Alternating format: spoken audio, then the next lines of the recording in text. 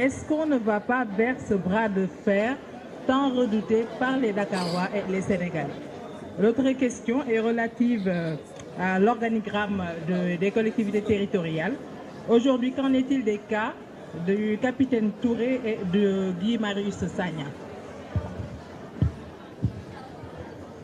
Monsieur le maire, on prend une deuxième question ou on vous laisse répondre d'abord? Je vais répondre pour qu'on ne se répète pas peut-être. Un peu en français et en wolof. maa ngi sàkku ci mbokk yi nekk ci ginnaaw nañu may ñu mën a liggéey suñu liggéey s'il vous plaît ñu ngi sàkku ci mbokk yi ci ginnaaw nañu may ñu mën a liggéey suñu liggéey ngeen ànd ak dal s'il vous plaît. Voilà, nous avons donc une première question qui consiste à savoir si il y aura pas de bras de fer.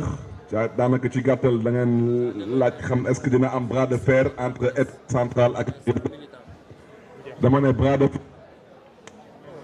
foog ñu nekk ñaar bras de fer bu mu am foog mu am ñaari loxo du noonu waaw man ba may bras de fer ci 23 janvier bi wax dëgg yàlla bras de fer bu su leerulee ci seen bopp leneen du leer seen bopp lu ñu leen dóoree ci élection yi xanaa lenn rek lañ ci mën a yokk mooy ñaanal leen yàlla may leen xolu muñ bu ci des nag mooy ñoom ñu nangu ànd ak ville de Dakar tabax Dakar liggéey Dakar sargal askanu Dakar foofu la ñuy xaaree état du Sénégal xaaruñu état du Sénégal feneen kon audience boobu waxoon naa ko ci campagne bi mais kay biralaat suma responsabilité la bu Barthélémy Dias mooy jóg dem seeti magam Macky Sall ñun xamante nañu bu baax a baax a baax waaw baax sax waaw wante maire de Dakar ya ma doon suma responsabilité la ma jóg sol suma ay dàll ci tout Dakar dem seeti président de la République du Sénégal ñëw ne ko lii la Dakar namm lii la Dakar soxla lii la Dakar di xaar ci yow mooy suma responsabilité te loolu dama ko fas yéene def parce que foofu la ma Dakarois yi ak Dakarois yi di xaaree wax ngeen ci waxu organigramme de la ville de Dakar dama xam lu tax ñu bëgg a singal capitaine Touré ak Guy Marius Sagna ba ma toogee ba tey dama tànn lu ëpp 12 personnes suma cabinet am na ay chargé de mission am na ay conseils techniques am na ay conseils spéciaux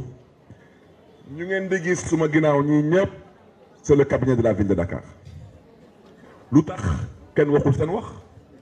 yéen est-ce que xam ngeen benn waay bu ñuy wooyee Omar Blondin Diop suma cabinet mas ngeen dëgg tur gi mi ngi ci cabinet bi mas ngeen dëgg ci cabinet bi ku ñuy wooyee Mamadou Ka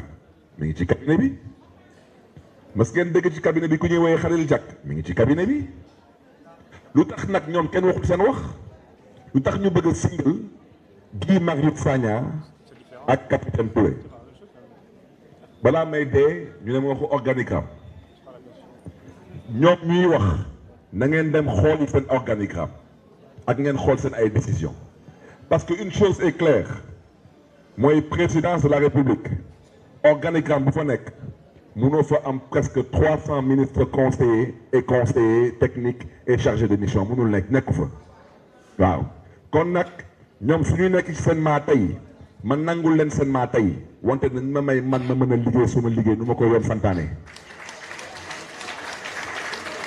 ma bëgg nag wax ci leer constitution du Sénégal waxuma waxu décret xam ngeen décret président moo koy signé kon nag man décret safuma dama ne constitution du Sénégal bi suñu alxuraan bi suñu bible moom moo wax collectivité locale yi dañ leen baaxee libre administration kon nag à cet effet amul benn loi amul benn décret bu mën a ñëw tegu ci kaw loolu mënul nekk libre administration mooy man dama ne préfet may dëkk kenn Sénégal amul sañ-sañ ne ma balaa ngay tànn ñit sa cabinet da ngay jaar ci man ma jox autorisation du ma ko def tey du ma ko def suba amut président Macky Sall ni ñu ko falee suffrage universel direct noonu lañ ma falee man suffrage universel direct man nekkoon naa fi député assemblée nationale du Sénégal président Macky Sall musul jaar assemblée nationale taxaw ne est-ce que man mën naa am conseil bi wala conseil bi yaa ngi wax waxu organigramme soxna si kan mooy directeur de cabinet du président de la République man xaw ma ko wante lu ma leen mën a wax mooy lu loi bi wax loi nee na kenn mënul nekk directeur de cabinet du président de la République te amoo benn diplôme universitaire fa laa yem ci wax ci kon nag loolu la loi bi wax loolu la loi bi wax waaw man sama directeur de cabinet mi ngi nii titulaire de plusieurs masters ancien directeur de l'hôpital régional de Saint-Louis ancien directeur de l'hôpital Abass Ndao ancien directeur de l'hôpital Albert Royer titulaire de diplôme universitaire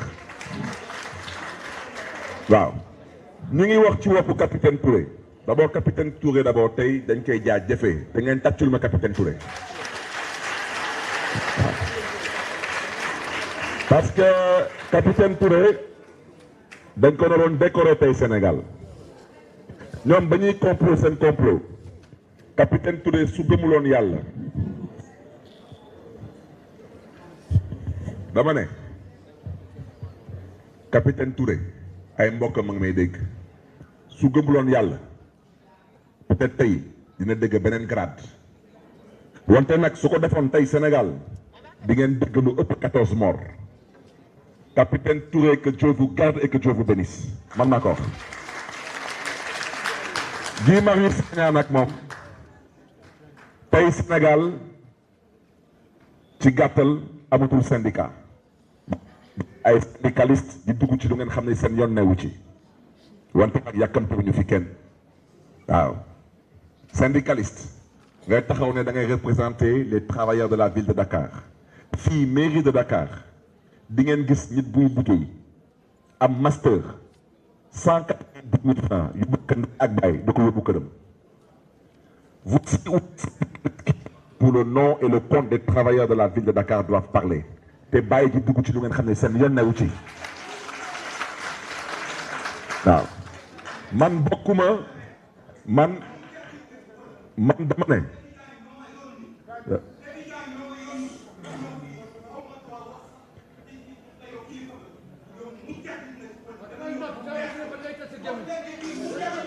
dama ne dama ne question mu nga il faut qu'on se comprenne ngeen may ma rek yéen waa presse bi ab déglu rek s'il vous plaît sénégalais ñu ngi déglu ab déglu rek dinaa leen jox exemple parce que waxuma waxu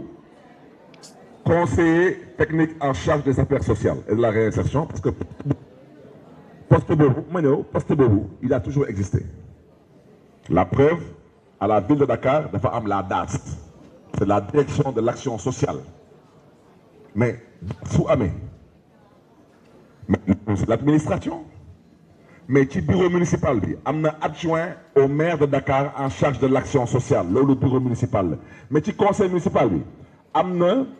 président commission action sociale waaw maintenant maire bu ma doon man kan moo may conseiller suma cabinet ci mbiru action sociale kan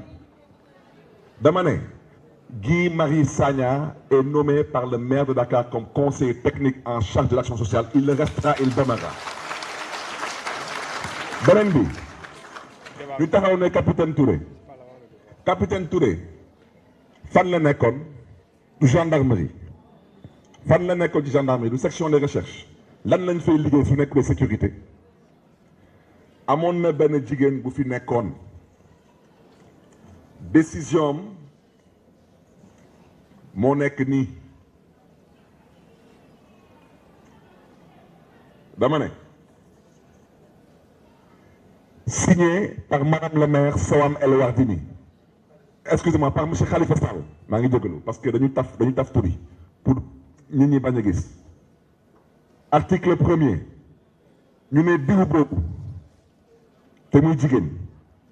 nommé nañ ko conseillère aux affaires communales nouvellement engagé non dañu ne kooku waaw dañu ne jigéen boobu mu nekkoon conseillère s'il vous plaît rek mu nekkoon conseillère aux affaires communales, nouvellement engagé par contrat numéro bar VD, mooy ville de Dakar, du 22 novembre 2011 est nommé conseiller technique du maire de la ville de Dakar chargé de la sécurité urbaine. Fan le préfet de Dakar nekkoon fan le président nekkoon bañ koy nommé jamono boobu bañ koy nommé ba tey mi ngi fayeeku trésor tey ngeen taxaw man ma jël beneen décision su ma décision maa ngi koy jël moom soxna si ba nga Khalifa Sall di dugal ci cabinet bi c'était le 6 décembre 2013 dañu de article 1er moom jigéen googu conseillère aux affaires communales nouvellement engagée par contrat numéro bar ville de Dakar du 22 novembre 2011 est nommée conseillère technique du maire de la ville de Dakar chargé de la sécurité urbaine. mi ngi ni man ma ñëw yoon may ma sañ-sañ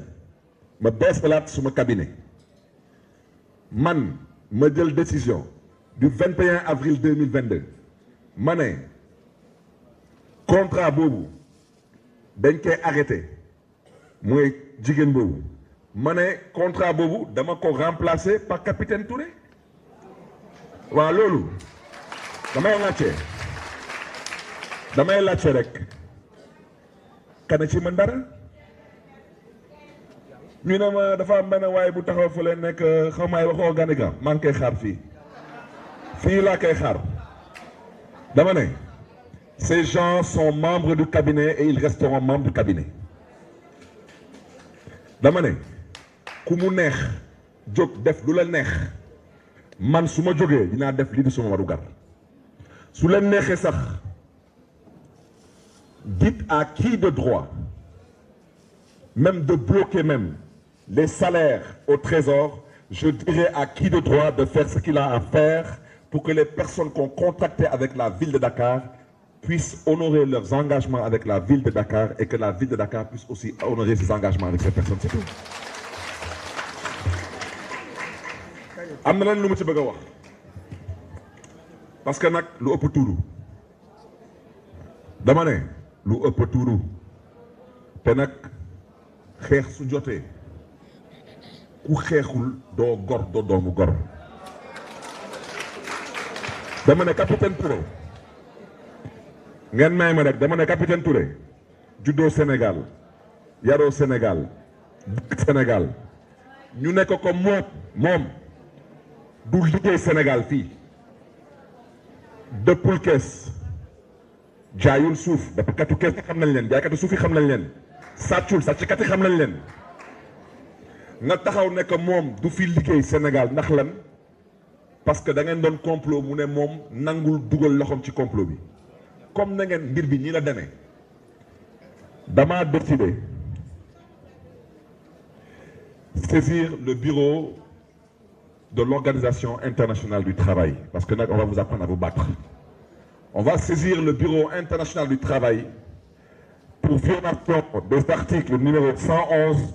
et 190. Et je le rappelle, nous allons interpeller le bureau de l'Organisation internationale du travail ainsi que les centrales syndicales sur la discrimination, la violence et le harcèlement dont font victimes le capitaine Touré et Guy Marius Sagna. Parce que nag lu ëpp tuuru dëkk bi du moomeelu kenn dëkk bi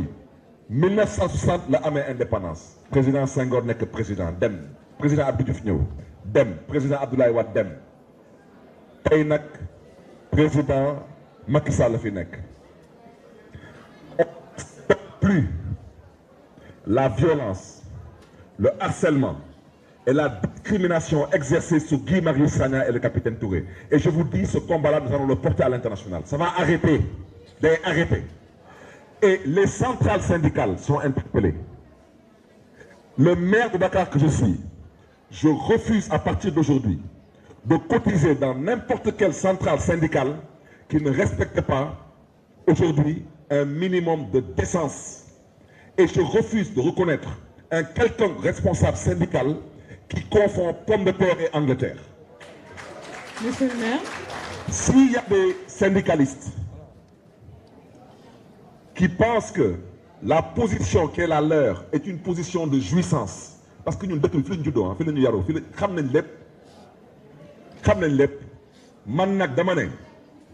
man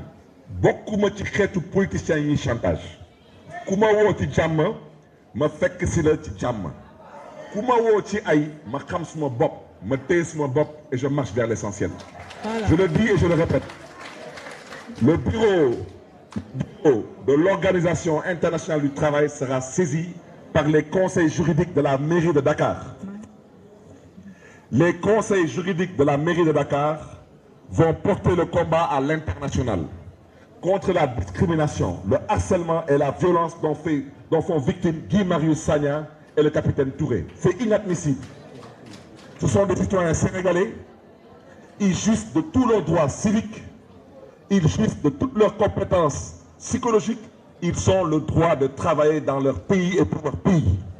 N'en déplaise à des personnes qui malheureusement sont en fin de carrière ou dans un désarroi. Donc je tiens à le dire avec force et je tiens à inviter la presse à traiter l'information sans aucune sensation et sans aucune passion. Et je voudrais terminer en disant une chose. Si ceux qui ont parlé de révocation, en parlant de révocation, ont peut-être pensé à la mairie de Dakar, je les invite respectueusement à retirer leurs propos. Pour la stabilité du pays et pour la stabilité de leur gouvernement. C'est ce que je peux dire. Merci beaucoup, monsieur le maire. Je pense qu'il a répondu à toutes les questions. Oui. Oui, vous avez fait le tour, monsieur le maire. Je pense que c'est en général les sujets que vous voulez voilà, c'était à l'instant, M. Barthélémy Dias, le maire de la ville de Dakar.